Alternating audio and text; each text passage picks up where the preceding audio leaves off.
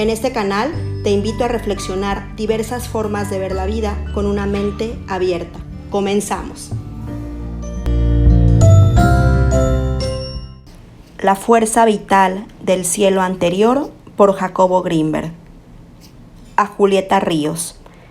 Escribo en el exilio desde un planeta remoto y oscuro llamado Tierra, al que me ha enviado la jerarquía por haber querido violar la zona prohibida del universo. He vivido ya 11 vidas terrestres y no he podido retomar a mi lugar de origen. Algo en el enfoque magnificente de la divinidad estimuló un misterio que ninguna lección o sufrimiento han podido develar, y eso me mantiene prisionero en este lugar extraño y distante, regido por leyes que no coinciden con mi naturaleza celestial. Escribo como un intento más de compartir, porque eso es lo que he aprendido a hacer. Escribo porque recuerdo, y el recordar sin manifestarlo me ahoga. He aprendido a sobrevivir a pesar de todos los intentos de los habitantes de este planeta por moldearme a su estilo de vida. He conocido grandes sabios que han sabido mis maestros. El misterio de lo que esconde la mujer terrícola me ha fascinado a través de todas mis vidas. Me he vuelto conocido entre los habitantes de este planeta en diferentes épocas. Aparecía en la Biblia como Andrés, en los Yoga Sutras de Patanjali, en los escándalos de las cortes francesas del siglo XV y entre los grandes cabalistas de Safed. He decidido reformar a mi planeta de origen, cuésteme lo que me cueste, y este escrito es un intento por sanear mi memoria y parte de ellos en olvido de sí mismos, pero otros con la cabeza en alto recordándose. Las humillaciones me han exaltado después de sumirme en mí mismo la desesperación, y poco a poco he ido retomando el amor. Encuentro que incluyo a todas mis vivencias y nada puede definirme. Fluyo en cambio hasta que vuelvo a encontrar algo no resuelto, y en él me quedo y retorno hasta que lo considero también mío. En esta expansión comienzo a reconocerme como el todo, y cada vez mi existencia separada desaparece para dar lugar a alguien más cercano a mí mismo. Pero mí mismo, no es ni un anhelo ni tampoco un pensamiento. Se asemeja más a un sentimiento que incluye todos los estados, todas las emociones y aún los dolores que experimento. De todo ello, estoy agradecido a esta correccional de los exiliados del universo. A no dudarlo, en ocasiones he sido aquí muy feliz y casi he decidido quedarme, pero tengo un llamado y no puedo dejar de oírlo. Si he aprendido lo necesario y si ya es mi tiempo, eso quizás también yo lo decida, pero sé que no estoy solo y que el Padre amorísimo existe. A Él me remito y que solo Él me juzgue. Entender mi propio desarrollo, confío que a través de su elaboración encuentre la llave perdida, el secreto procedimiento que ha de liberarme de esta cárcel planetaria y de sus habitantes. Pero no se interpreten mal mis palabras en el sentido de ausencia de cariño. Estoy profundamente agradecido con este planeta porque en él he vivido experiencias que ninguna otra porción del universo se viven. Aquí he encontrado seres de todos los rumbos y con todas las tendencias. La mayor. Capítulo 1. Andrómeda, yo creo. No he podido recordar nada anterior a Andrómeda. Quizá ese sea mi origen, aunque no comprendo cómo se decide nacer por primera vez ni quién lo decide. Quizás el Padre amorosísimo se enfoca en un nuevo ser, en una novedosa forma de manifestación, y hace converger su existencia en un modelo de sí mismo peculiar y nuevo. Es prodigioso que alguien pueda actualizar eso. Se necesita un verdadero amor por la aventura y una especie de descarada osadía para hacerlo, aunque en este nivel el descaro no debe existir, sino más bien un estado de absoluta libertad y unas ganas de dejar ser a una de las propias partes para ver hasta dónde es capaz de llegar. Es como dejar libre a una hija y satisfacerse observando por dónde transita, qué aprende y cuánto puede crecer y entenderse. Se diría que es suficientemente placentero para quien tiene toda posibilidad. Estoy lejos de entender a Dios, pero si Él me creó en Andrómeda y luego me dejó libre, pero ha mantenido una observación y vigilancia sobre mi persona, regocijándose con mis experiencias y aprendizajes, cuidando que no me pase nada. Junto conmigo creó a otro ser y mi vida en Andrómeda se ligó a su existencia en forma total. La civilización de Andrómeda ocupaba en aquel entonces un alto nivel en la jerarquía del universo. Sabíamos que la existencia de civilizaciones más avanzadas que la nuestra y de innumerables mundos en diferentes grados de maduración. He descubierto que Alión existe en un grado más maduro que Andrómeda y que más allá de Alión se encuentran civilizaciones aún más expandidas de las cuales no conozco ni siquiera el nombre. En estas vidas he estado en contacto con varios descendientes de Alión y con algunos alionitas originales como el capitán Damen. Si a él lo escuché, pero no me puedo ni siquiera imaginar el estado de su conciencia tan diferente y avanzada con respecto a la mía propia. También he conocido a otros exiliados de Andrómeda. En Andrómeda se recibe la notificación de la creación de nuevos seres y en mi caso, la noticia del nacimiento de almas gemelas. Mi nombre original era Adaesus y el de mi compañera Balikai. En Andrómeda todo el tiempo se penetra y se es penetrado en un constante estado de amor. Balikai y yo lo empezamos a experimentar desde muy pequeños. Andrómeda había resuelto en aquella época la mayor parte de sus problemas políticos y de mantenimiento. El gobierno estaba unificado y su dirección era espiritual. Los líderes gobernantes eran grandes iniciados y la población estaba consciente de que el desarrollo consistía en una incrementada capacidad para mantener y expander el contacto con el espíritu a través de prácticas de meditación.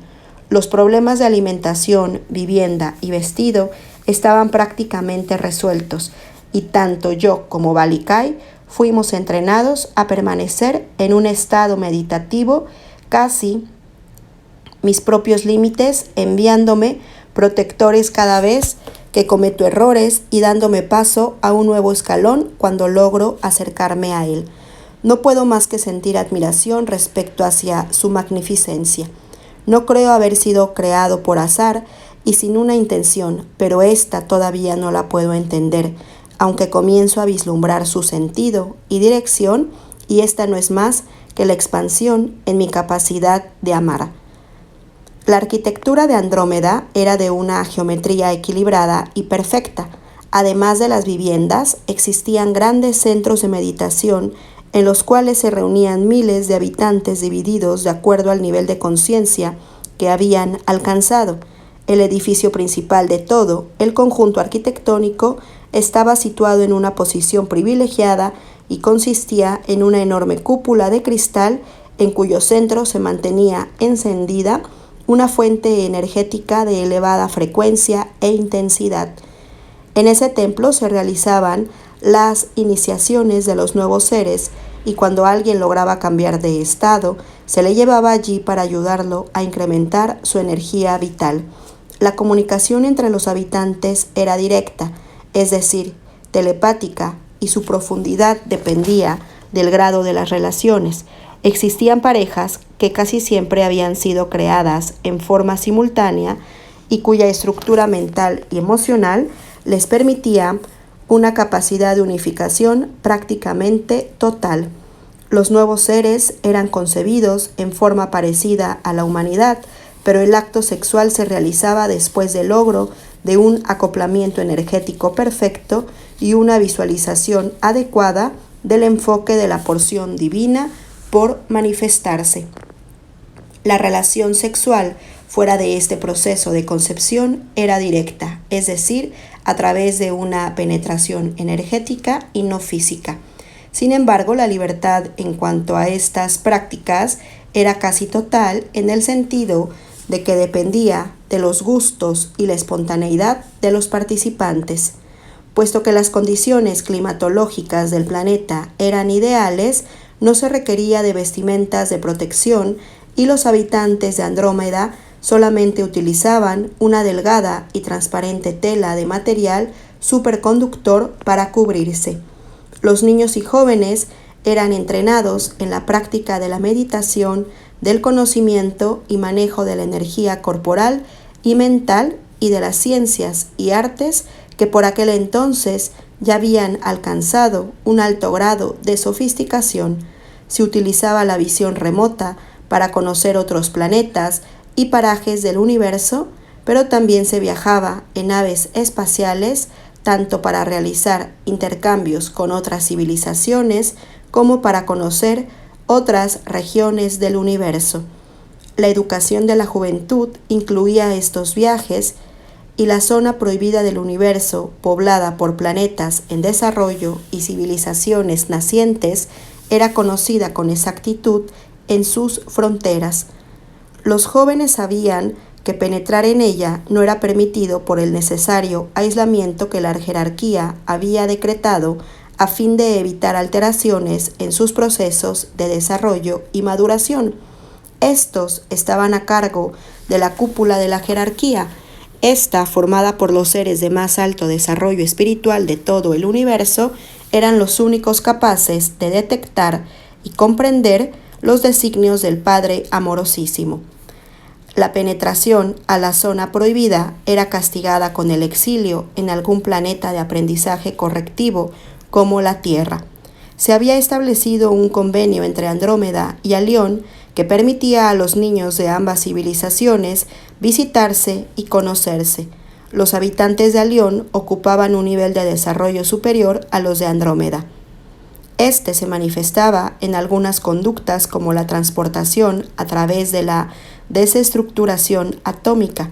De hecho, los habitantes de Alión prácticamente ya no utilizaban naves para viajar, sino que se desmaterializaban en una región y materializaban en otra a voluntad.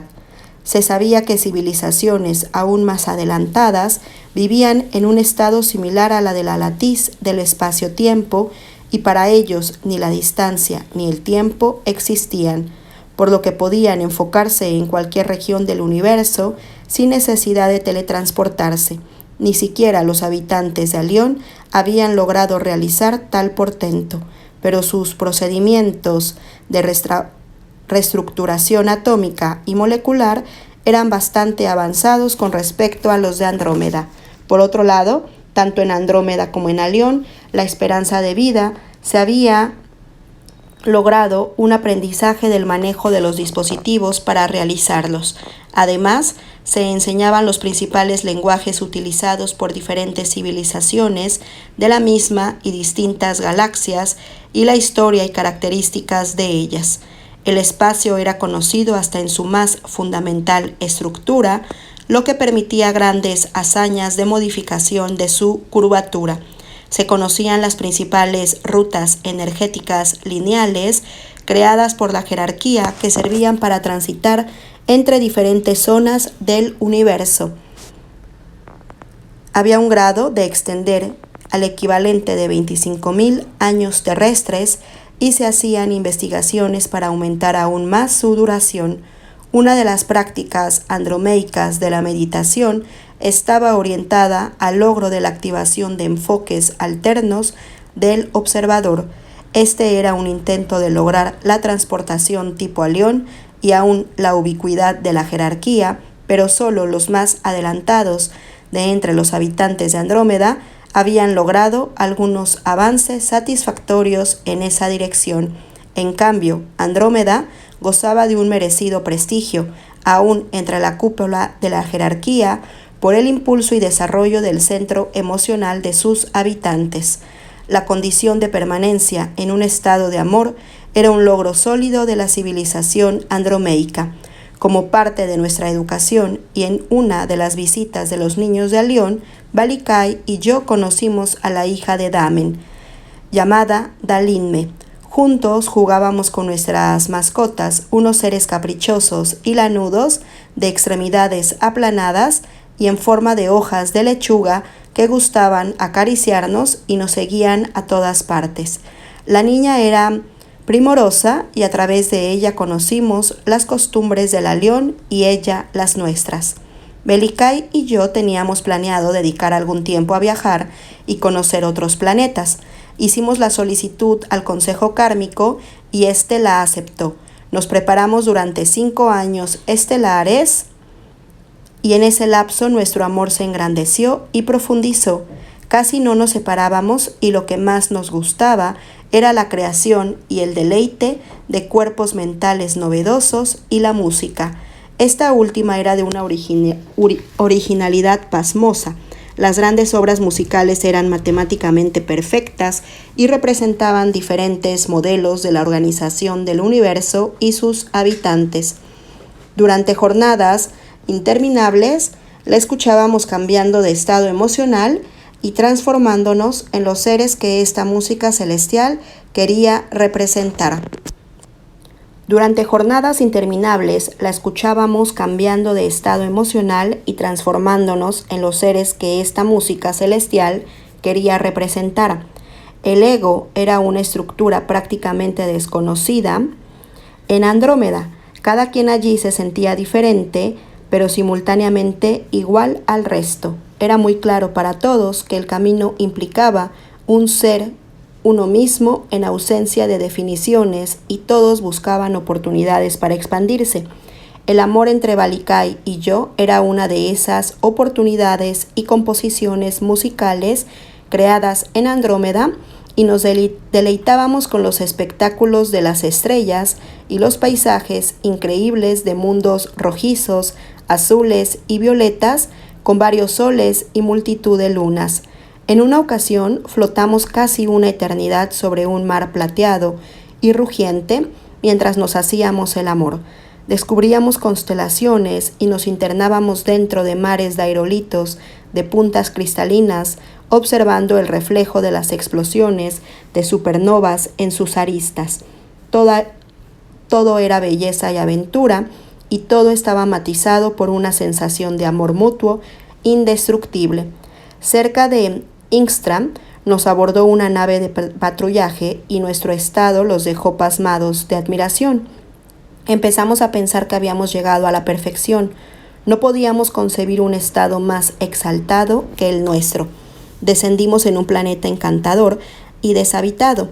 2 soles alumbraban una playa desierta, bañada por un mar candente. Nos miramos y decidimos que nos habíamos convertido en dioses. Debíamos manifestarnos como tales y una idea prohibida cruzó por la mente de Balikai en ese momento. Al principio la rechacé, pero todo señalaba en esa dirección. Durante 2 años estelares revisamos los archivos extragalácticos y por fin lo encontramos. Se trataba de un planeta cuyos habitantes estaban divididos por rivalidades ancestrales. De hecho, el análisis de las líneas del mundo señalaban una posibilidad de 84% de autodestrucción. Era el lugar adecuado para probar la fuerza de nuestro amor. Enfilamos en su dirección y con una sensación de ambos lo sabíamos. Teníamos un claro proyecto de vida. Este se asociaba con el mantenimiento y la profundización de nuestro sentimiento. Éramos considerados una pareja ejemplar y seguramente todo ello favoreció la decisión del Consejo. Nos asignaron una nave pequeña, pero perfectamente condicionada para permitir viajes seguros a través de las rutas energéticas lineales. Primero hicimos varias travesías a los planetas cercanos. Ambientábamos la nave con las últimas novedades. Tuvimos un sobresalto, logramos atravesar la frontera de la zona prohibida del universo. Cabe señalar que cada año estelar equivale a 150 años terrestres. Sabíamos que la jerarquía nos observaba, pero ¿quiénes eran ellos para prohibir un acto compasivo de tal grandeza? ¿No habíamos mantenido nuestro amor hasta llegada a su divinización? Seguramente reconocerían en nosotros a los elegidos para reinar en ese mundo y llevarlo hasta nuestra propia elevación. La zona prohibida irradiaba una atmósfera de temor. Allí ocurrían las transformaciones más dramáticas de todo el universo. En ocasiones, sistemas planetarios complejos se esfumaban y en otras, un planeta alcanzaba el grado suficiente de maduración para poder acceder a la unidad con una civilización que aceptaba guiarlos con la autorización de la jerarquía. El planeta al cual nos aproximábamos estaba habitado por salvajes, pero la aparición de dos dioses visibles era su oportunidad para comenzar un desarrollo hacia el amor. Nuestras computadoras ya señalaban la presencia cercana del planeta cuando algo comenzó a fallar. La nave perdió estabilidad y Balikai y yo supimos que había llegado el fin. Nos abrazamos y fuimos trasladados al interior de una cúpula y allí nos separaron. No supe más de Balikai, pero me imagino que como a mí le permitieron despedirse de sus padres. También supe que Dalin Me había corrido una suerte similar a la nuestra, pero no pude averiguar por qué. Nos dijeron que hasta no haber aprendido lo que debíamos aprender, olvidaríamos nuestro origen, pero siempre habría en nuestro espíritu una añoranza y ella sería nuestra guía.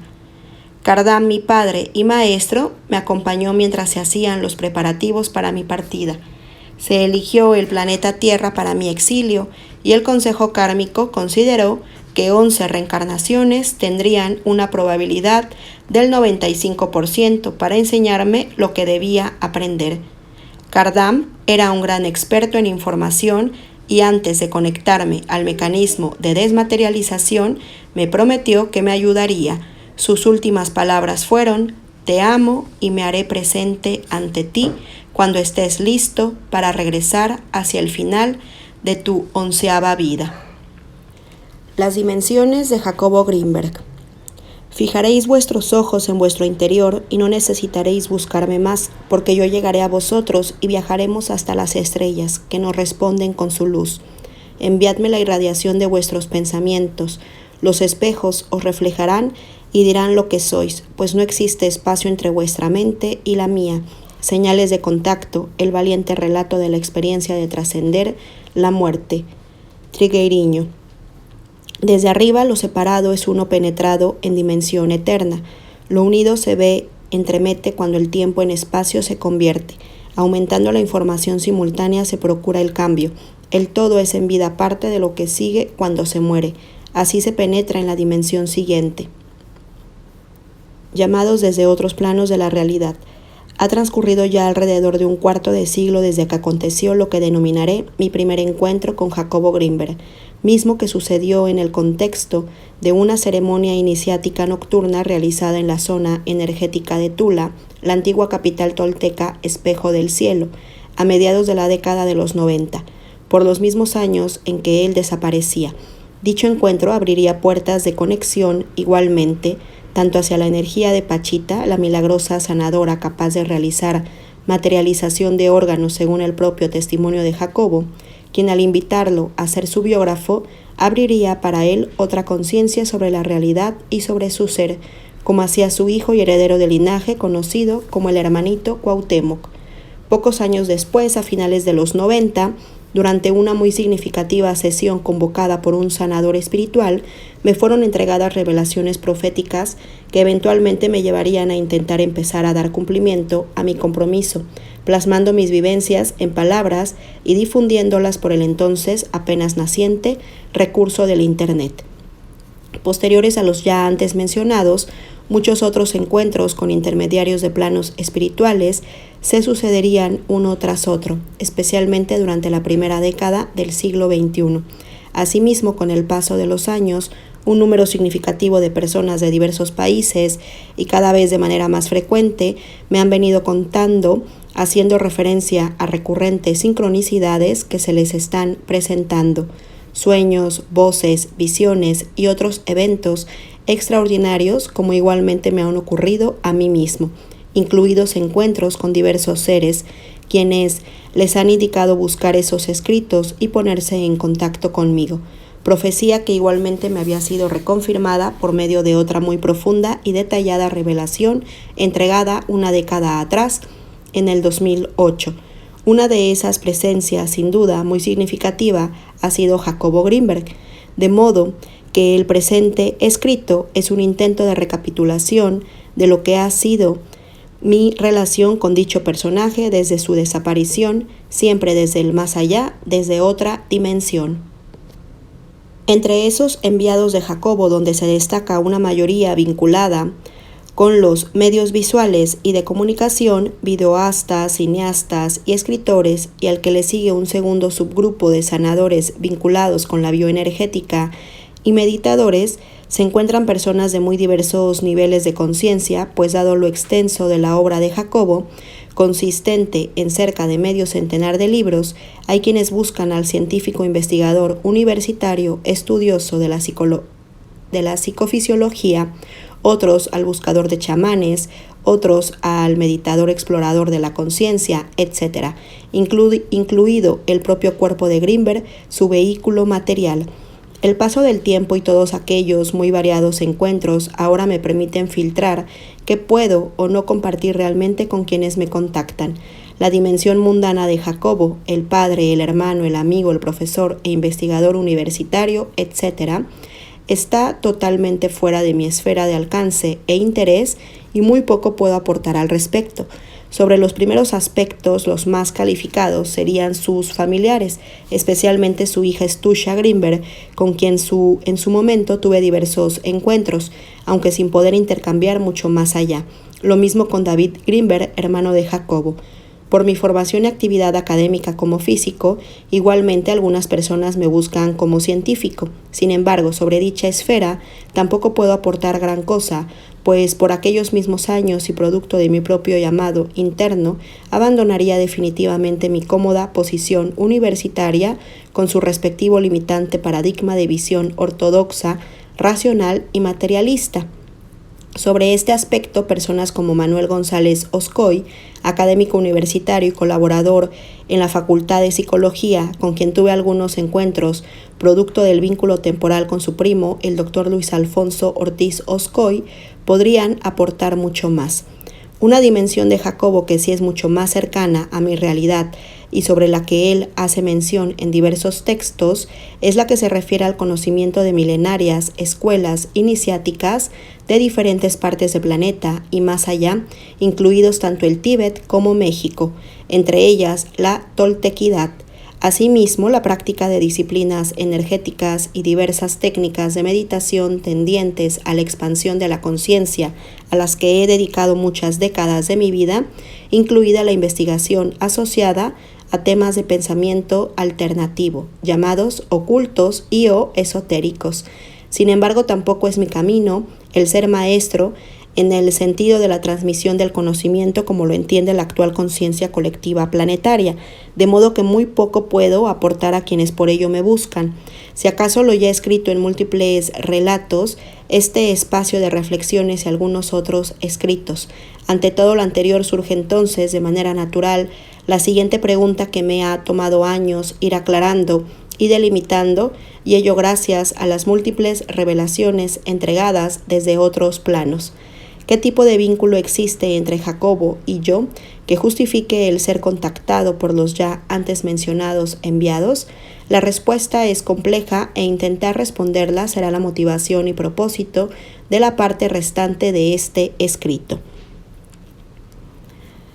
La dimensión cósmica de Jacobo. Somos doblemente responsables de la marcha del cosmos, por ser perceptivos al mismo hasta el extremo de ser uno con él y porque al ser afectados por el orden universal también la afectamos y participamos, favoreciendo su buen funcionamiento o de otra manera oponiéndonos a él. Fluir en el sin yo. Conclusiones de Jacobo Grinberg. Aquello que representa lo que denominaré la dimensión cósmica o galáctica de Grinberg se empezó a manifestar mientras yo aún trabajaba en el desarrollo de instrumentación para investigación en astrofísica en el Instituto de Astronomía de la Universidad Nacional Autónoma de México. Asociado al proceso de construcción de un prototipo experimental de tecnologías de vanguardia en aquel momento, se empezaría a manifestar un ser quien más adelante se revelaría a sí mismo como Adaesus, de la galaxia de Andrómeda, quien me empezaría a contar su historia y a guiarme hacia el encuentro, incluidas sincrónicas materializaciones de textos de Grimberg con indicaciones de buscar en páginas concretas donde encontraría contundentes confirmaciones, desde detalles del porqué del encuentro, realmente reencuentro, que debía darse entre Jacobo y Pachita, asociado a la entrega de El Secreto, detrás de la materialización y la desmaterialización, el espíritu por sobre de la materia, una conciencia superior asociada a la inmaterialidad y la atemporalidad, incluso a modo de compleja retrocognición profética que enlazaría el pasado y el futuro. En el texto de Jacobo titulado El Prototipo, publicado en 1991, pero que me fue materializado hasta alrededor del 2005, una década después de la desaparición de Jacobo, encontraría la descripción literal del equipo que en el año 2000 sería presentado como mi tesis de posgrado y que apenas empezaba a desarrollar media década antes, cuando ocurría mi primer encuentro con Jacobo. Dicho texto inicia describiendo exactamente las características fundamentales del sistema, así como un propósito mucho más profundo, mismo que pondría en riesgo mi vida durante un congreso sin yo ser consciente.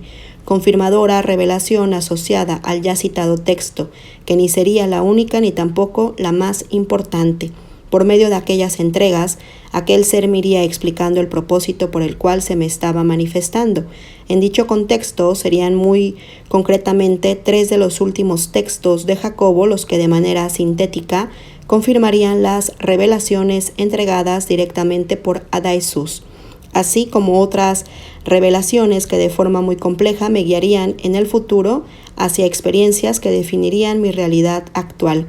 Puertas interdimensionales ubicadas en bosques sagrados custodiados por secretos guardianes, por medio de las cuales es posible la trascendencia del espacio-tiempo, energías alternativas, seres de otras dimensiones y sus objetivos.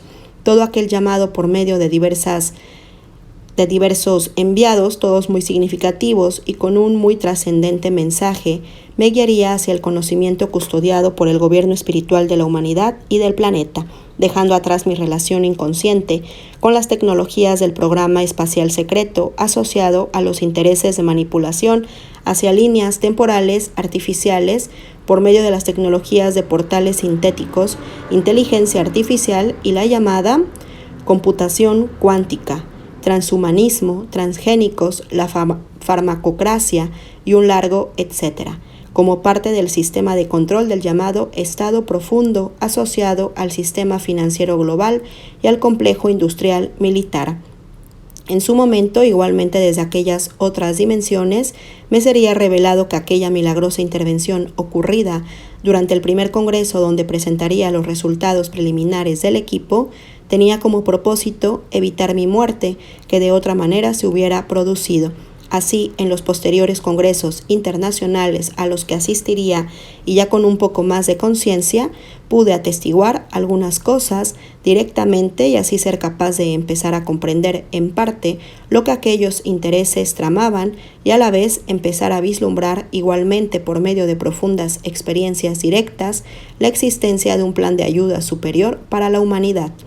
Conciencia que un poco después me llevaría a decidir rechazar algunas aparentemente muy tentadoras ofertas y consideradas como de gran prestigio internacional, entre otras la de ocupar el cargo de jefe de proyecto para la construcción de la cámara de verificación para el Gran Telescopio de las Islas Canarias.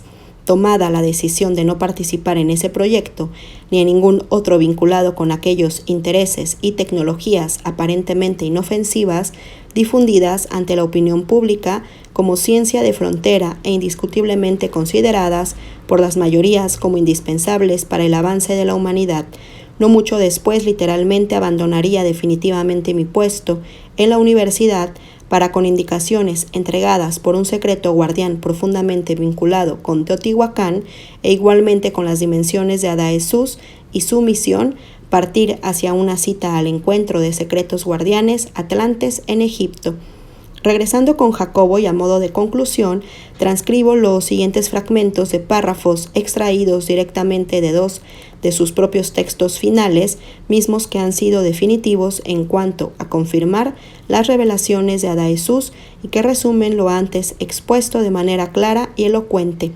Escribo en el exilio desde un planeta remoto y oscuro llamado Tierra, prisionero en este lugar extraño y distante, regido por leyes que no coinciden con mi naturaleza celestial.